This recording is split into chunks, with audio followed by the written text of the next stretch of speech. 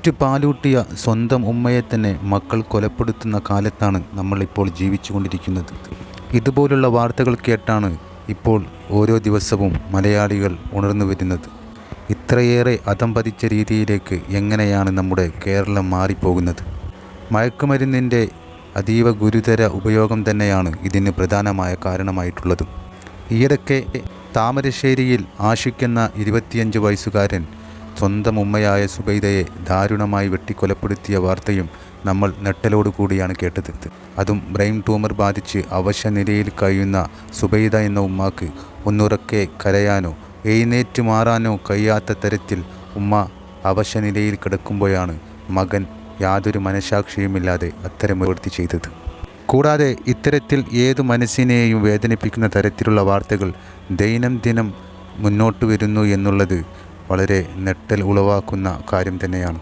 ഇത്തരത്തിലേക്ക് സമൂഹം ഇനിയും നീങ്ങുകയാണെങ്കിൽ അനേകം മാതാപിതാക്കൾക്ക് സ്വന്തം മക്കളുടെ കൈകൊണ്ട് തന്നെ ദാരുണമായ അന്ത്യം ഉണ്ടാകുന്നത് ഇനിയും കാണേണ്ടി വരും. നമ്മൾ ഇത്തരം കാര്യങ്ങൾ ഇനി സമൂഹത്തിൽ നടക്കാതിരിക്കണമെങ്കിൽ കുട്ടികളെയെല്ലാം ബോധവൽക്കരണം ചെയ്യുകയും ഇത്തരം പ്രവർത്തനങ്ങൾ ചെയ്യുവാനുള്ള കാര്യത്തിലേക്ക് മക്കളെ എത്തിക്കുന്ന ലഹരി മാഫിയകളെ ശക്തമായി പ്രതിരോധിക്കുകയും ചെയ്തിട്ടല്ലാതെ നമുക്ക് ഇത്തരമൊരു അവസ്ഥയിൽ നിന്ന് നമ്മുടെ സമൂഹത്തെ രക്ഷിച്ചെടുക്കാൻ കഴിയില്ല. അത്തരമൊരു വാർത്തയാണ് കൊടുങ്ങല്ലൂർ അഴീക്കോട് നിന്ന് പുറത്തു വന്നിട്ടുള്ളത്. സ്വന്തം ഉമ്മയായ 53 വയസ്സുകാരിയെ മുഹമ്മദ് എന്നു പേരുള്ള 24 വയസ്സുകാരൻ കഴുത്തറുത്ത സംഭവം. ഈ മകനും ഈ കാര്യം ചെയ്യാൻ കാരണം ലഹരിക്കടിമയായത് തന്നെ. ഞായറാഴ്ച രാത്രിയായിരുന്നു മകൻ ഉമ്മയെ ആക്രമിച്ചത്. അതീവ ഗുരുതരാവസ്ഥയിൽ ഉമ്മയെ മെഡിക്കൽ കോളേജ് ആശുപത്രിയിൽ പ്രവേശിപ്പിച്ചു. മരപ്പാലത്തിന് സമീപം ഓമന്തുറ ഐവേരിക്കകത്ത് ഈനത്തിനെയാണ് മകനായ മുഹമ്മദ് എന്ന 24 വയസ്സുകാരൻ ആക്രമിച്ചത്. 24 വയസ്സുകാരനായ മുഹമ്മദ് കഞ്ചാവിനും മദ്യത്തിനും അടിമയാണ്. ജലീൽ സീനത്ത് ദമ്പതികളുടെ മകനാണ് മുഹമ്മദ്. ചായക്കടയിൽ ജീവനക്കാരനാണ് പിതാവ്. ജലീൽ കൊടുങ്ങല്ലൂരിലാണ് കഴിഞ്ഞ 6 മാസമായി താമസിക്കുന്നത്. കഞ്ചാവ് കിട്ടാതെ നിരന്തരം പ്രശ്നമുണ്ടാക്കിയിരുന്ന മകനെ വീടിന് പുറത്തേക്ക് വിടാറില്ല. ഇന്നലെ രാത്രി അമ്മയെ കത്തിക്കൊണ്ട് കൈത്തറുക്കുകയായിരുന്നു.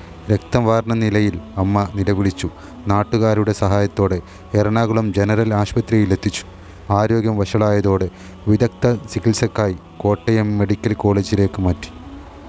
3 വർഷങ്ങൾക്ക് മുമ്പ് മുഹമ്മദ് എന്ന 24 വയസ്സുകാരൻ സ്വന്തം പിതാവായ ജലീലിനെയും ആക്രമിച്ചിരുന്നു.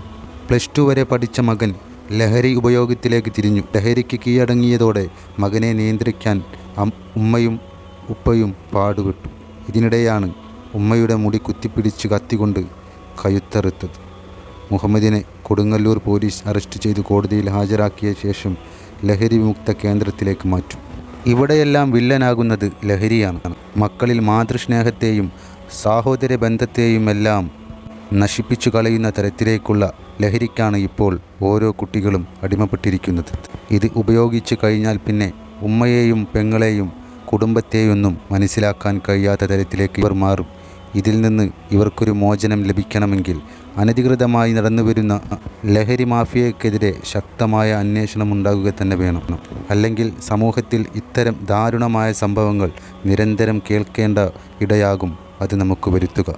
10 മാസം ചുമന്ന് പെറ്റുള്ള മാതാവിനെ ഇത്തരത്തിൽ യാതൊരു ദാക്ഷിണ്യവുമില്ലാതെ മക്കൾക്ക് ചെയ്യാൻ കഴിയുന്നത് തന്നെ അവർക്ക് സ്വബോധം ആ അവസ്ഥയിൽ ഇല്ലാത്തത് കൊണ്ടാണ്. ലഹരി ലഭിച്ചില്ലെങ്കിൽ എന്തും ചെയ്യാവുന്ന തരത്തിലേക്ക് ഇവർ മാറും. തങ്ങൾക്ക് ലഭിക്കേണ്ടത് ലഭിക്കാനായി എന്ത് ക്രൂരകൃത്യവും ചെയ്യുവാൻ ഇവർക്ക് മടിവരില്ല. അപ്പോഴെല്ലാം ഇവർക്ക് ഒരേ ഒരു ആവശ്യം മാത്രമായിരിക്കും ഉണ്ടായിരിക്കുക, തങ്ങളുടെ ലഹരി.